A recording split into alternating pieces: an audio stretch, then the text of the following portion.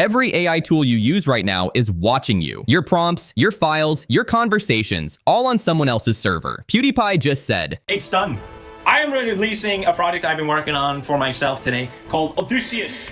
He spent a year building a free open source AI workspace that runs on your machine with a cost that reached $1 trillion, as he said. No subscriptions, no cloud, no big tech in the middle. It does chat interface that works with any model, local or cloud, an agent system that executes real tasks files, shell, web, autonomously. A research mode that does what ChatGPT Pro charges $20 a month for. We find also email, calendar, and a memory layer that persists across every session stored on your hardware, all in one place. Think ChatGPT plus Notion AI plus an agent platform, self-hosted and free. The repo went viral in 48 hours, tens of thousands of stars before most people had even finished reading the README. You can run it two ways. Drop in your existing API key from any AI provider like Claude, GPT, or Gemini, and use it as a unified private front end, or download a local model and cut the cloud entirely. If the local setup feels overwhelming, that video walks through every step. It's already out. That's it for this one. The rest of the series is in the playlist. Like and subscribe for more AI tools that actually matter.